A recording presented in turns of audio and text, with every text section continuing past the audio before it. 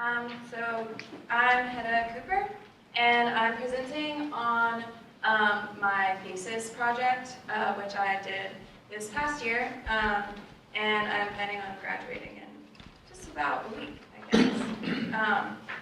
So yeah, thank you all for coming. I'm really excited about my research, and I really enjoyed doing it, even though it is really heavy, and at times it was really difficult. I'm really passionate about it, so thank you all for your interest. So I'm going to start with an introduction and overview of my project, and then I'm going to discuss this text, which I didn't get to discuss as thoroughly as I would have liked to in my thesis. So I'm using it as an example because I think it can give a lot of good insights into my conclusions. So first I want to introduce everyone to what pro-eating disorder means. Basically, the term describes people, and specifically people on the internet, who refuse treatment for an eating disorder because they do not believe treatment or recovery works for them. This can mean a lot of things. I found in my research that there was great tension even under the term pro-eating disorder about what it really describes. Some folks argued that treatment simply didn't work because they didn't believe that they could recover from their eating disorder, and others felt that overall they prioritized their personal goals of weight loss over the goals that are presented as healthy or presented to them in recovery. So for this project, I defined pro-eating disorder as a general term for people and communities that are not actively trying to recover from an eating disorder. Most of these people are brought together through the internet because most real-life, in-person meeting places for people with eating disorders are recovery-focused. So my goal for this project, as I set out, was to get inside a pro-eating disorder forum on the internet and bring an anthropological perspective to the community and the daily interactions that happen on the site. It's helpful to understand the motivations people have for joining and participating in these forums because they are well populated and they continually draw new members. It's more complicated than saying, well, these behaviors and mindsets they are talking about are bad and destructive, so these sites therefore shouldn't exist. People have been saying that for a long time, and the sites still do exist, and they continually draw new members. So for this project, I was interested in understanding and explicating the reasons why. So another motivation I had for this project was to complicate existing research on pro-eating disorder communities. I felt that an anthropological perspective could really help expound on the existing discourse. So when I began this project, I read a lot of studies that have been done on eating disorders and specifically on pro-eating disorder communities. And I felt that many of them took an unnecessarily condemnatory tone towards these communities that they were studying, which I understood is already being stigmatized and silenced.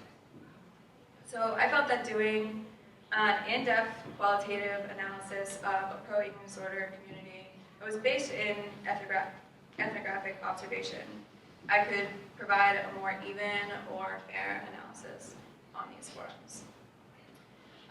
So I specifically focused on myproana.com. I just Googled pro-ana, and pro-ana is a slang term for pro-anorexia. And myproana.com was the first result. I looked at other pro-eating disorder forums, but I liked how large and deep and just comprehensive myproana.com was. So yeah, it's a large, very large forum that is centered around people at all stages of recovery, as it says in the site's description. However, I found that the idea of recovery was less prioritized in general conversations than the maintenance of an existing eating disorder. So a lot of sites now label themselves as not really pro-eating disorder, but pro-individual. And this means that they meet people where they are in their eating disorder situation. So partially this allows sites to avoid the backlash that many other pro-eating disorder sites have faced. One moderator of Microana called the site's name a misnomer, and this is really complicated. The varying dialogues surrounding what is and isn't pro-eating disorder are related to a lot of other historical and social complexities that influence the current dialogues.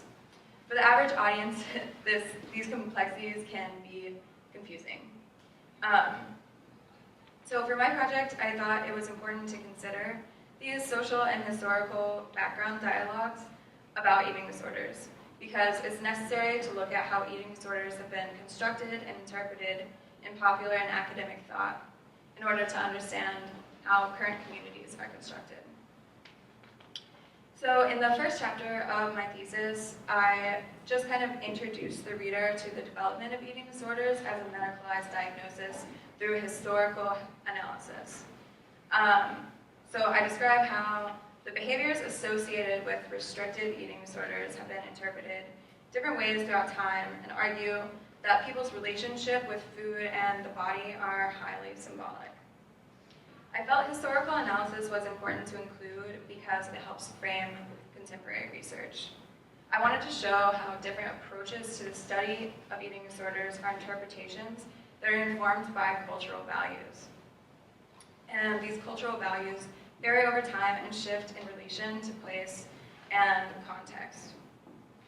Understanding the construction of eating disorders as a medical and medicalized psychological illness sheds light on current tensions within the study of eating disorders and within the people brought together on Microana. So I continued the discussion in chapter 2 by focusing on the context and construction of eating disorders, focusing on previous research that had been done specifically on pro-eating disorder content on the internet.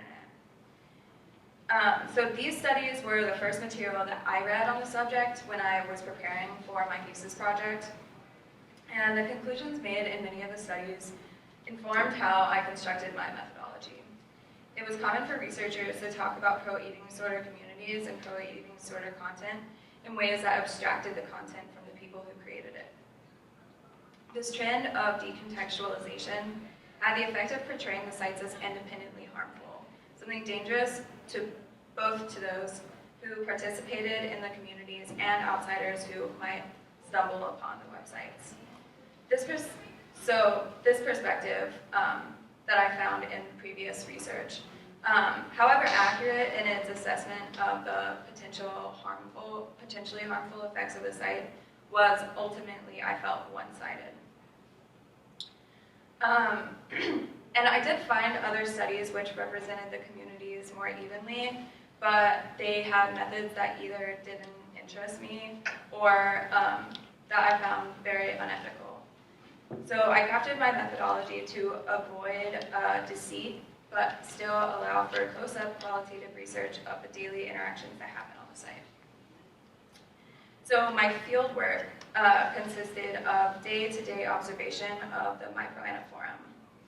So for a while, I just looked around the site, surfed, read threads that I thought were interesting, just trying to get a sense of the people on the site and the conversations that they had. And I eventually narrowed my focus to 3 aspects or areas of content creation that I felt highlighted key points of interest for my project. So the first of these areas was reserved for community introductions. And in this area, I found that the influx of new members to the site was regulated by existing members who critiqued incoming members through their use of language. Language use allowed a sense of belonging to be established or questioned. Welcome was extended to users who were perceived to already fit into the community, people who communicated in ways that indicated they already had eating disorders or were familiar with the slang used by people on pro-eating disorder discussion boards. On the other hand, dieters or people looking for tips on how to lose weight easily were often met with hostility and greatly discouraged from continuing using the site.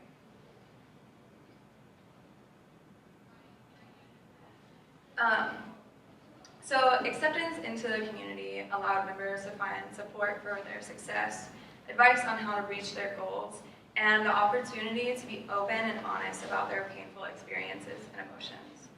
Users advised each other on nutritional concerns, cheered each other on, and showed interest in the personal stories others shared.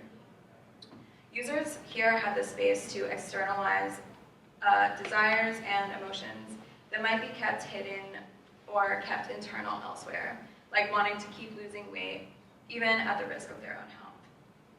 And they would be validated or commiserated with. In spaces such as these, users were not expected to renounce or critique their desires and emotions. The openness and honesty present in these spaces was facilitated by the disconnect between the virtual space of the forum and users' daily personal lives, where they might be expected to be critical of their desires. In virtual settings, users are shielded by anonymity. However, in a subjective view, the virtual and the physical are rarely so separate.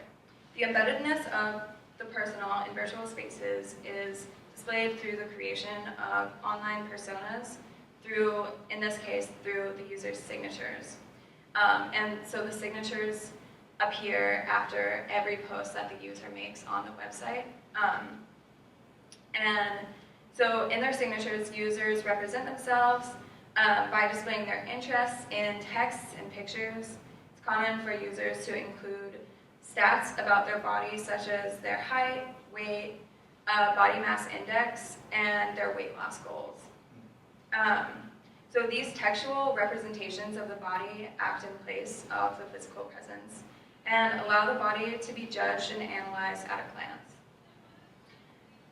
So I conclude using a frame of narrative therapy, which seeks to separate the person from the disorder by understanding the disorder as a set of internalized constructions that can be deconstructed and refocused. I appropriate this understanding to my research on microana. I argue that their resistance to treatment can be seen as a transformation of harmful attitudes into tools of seeming self-empowerment. And this false resistance is a method of seizing agency, where people perceive that they have no agency, and it can create a counter-narrative that feels affirming but is ultimately repressive. So now I want to shift and bring in this example of this transformation of meaning. So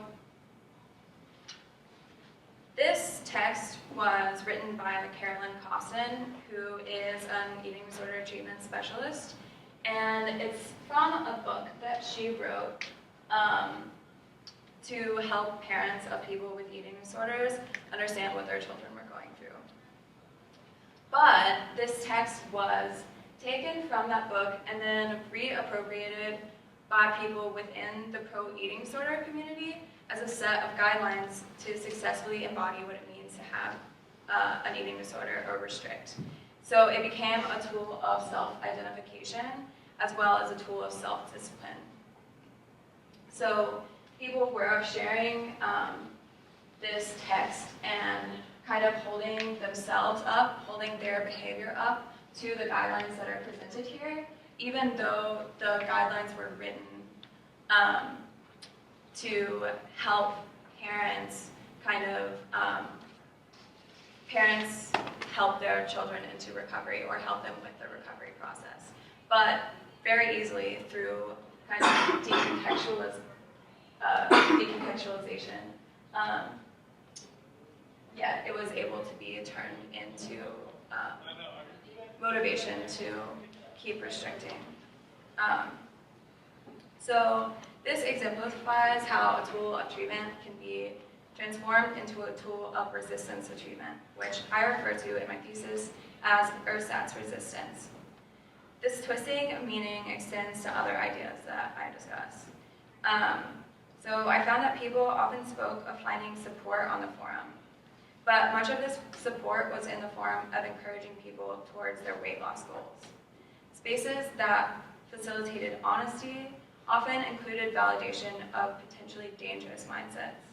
Users would give advice in the name of health, but their advice would often work to support extreme restriction and safer purging methods.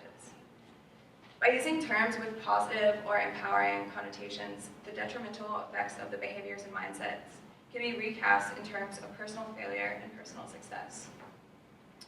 I believe that understanding how these processes proliferate through the internet offers insight into further recovery options. The needs of some people are seemingly filled through the site, and I believe it's really important for many of the people on the site to feel validated in their continued struggles with disordered eating. Recovery and treatment should not just be another thing to succeed or fail at. On my pro-ana, failing at recovery is normalized and made less shameful. It can be empowering to feel good at something, even if that thing is self-destructive. The stigma that surrounds pro-eating disorder websites is, in my opinion, misplaced and potentially very regressive and harmful. It works to strip the struggles faced by the people on the site of value. By exploring the value of the website to those who participate in it, I hope to find ways to discuss and understand how the valuable facets of the community can be redirected towards something hopeful and helpful solutions for the researchers and the people that need